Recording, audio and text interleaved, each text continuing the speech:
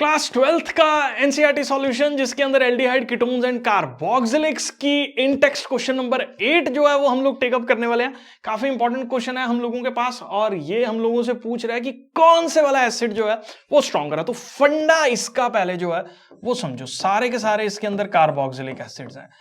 Acid का strong होना मतलब एसिड मतलब ये कैरेक्टर। अब ये कैरेक्टर क्या है, हम लोगों के पास H पॉजिटिव को लूज कर रहा है और COO नेगेटिव जो है वो यहां पे फॉर्म हो रहा है। एक सिंपल सा फंडा समझो, ये कितना स्ट्रॉन्ग एसिड होगा, मतलब ये H पॉजिटिव को लूज कर दे और उसके बाद उसकी तरफ मुंह भी उठा के ना देखे, उसको बुलाए मत दोबारा, चला गया दफा हो, वो खुद में ही स्टेबल हो इतना कि उसको H पॉजिटिव की जरूरत ही ना हो। मतलब क्या कहने का कि ये नेगेटिव चार्ज है जिसकी वजह से ये इसको अट्रैक्ट कर रहा है। अगर ये नेगेटिव चार्ज थोड़ा सा बिजी हो जाए और इसको अट्रैक्ट करके यहां पे खींच लिया जाए ताकि ये इसको जो है वो H पॉजिटिव को फिर से ना खींच पाए,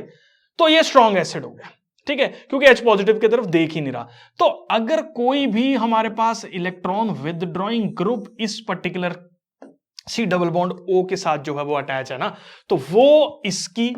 एसिडिक कैरेक्टर को, या मैं बात करूं एसिडिटी को, वो हम लोगों के पास क्या कर रहा है, इंक्रीज जो है वो कर रहा है। अब यहां पे चेक कर लेते हैं हम लोगों के पास फर्स्ट पार्ट में जो है वो सिंपल क्या है, CH3 C double bond O OH जो है वो हमारे पास प्रेजेंट है, और यहां पे क्या है, CH2 C double bond OH तो है, लेकिन यहां पे क्या है, फ्लोरीन अटैच है। अब ये फ्लोरीन एक इलेक्ट्रॉन खींचने वाला ग्रुप है, विदड्रॉइंग ग्रुप है, जिसकी वजह से हम लोगों के पास ये स्टेबलाइज हो जाएगा। तो हम लोगों के पास कौन जो है वो इसके अंदर विनर होने वाला है, मतलब किसकी एसिडिटी ज्यादा होने वाली है, इसकी एसिडिटी जो है वो ज्यादा होने वाली है। अब दूसरे केस में देखो, सेकंड केस के अंदर हम लोगों के पास स्ट्रक्चर जो फॉर्म हो रहा है, C डबल बॉन्ड OH जो है, और एक साइड पे इसके साथ फ्लोरीन अटैच है और दूसरी साइड पे CH3 अटैच है, और दूसरे केस में यहां पे जो है वो क्लोरीन अटैच है। कैसे क्लोरीन अटैच है ये भी आप देख लो, तो ये हम लोगों के पास हो गया ऐसे, और यहां पे जो है वो क्लोरीन अटैच है। अब क्लोरीन अटैच है, एक साइड पे फ्लोरीन अटैच है। फ्लोरीन ज्यादा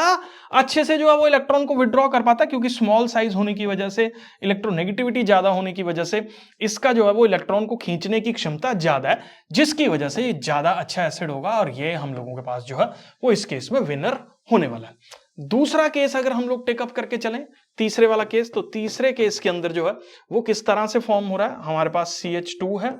और फिर हम लोगों के पास CH2 है, और फिर हम लोगों के पास जो है वो CH2 है, और साथ ही हम लोगों के पास OH अटैच है, और यहां पे लास्ट में जो है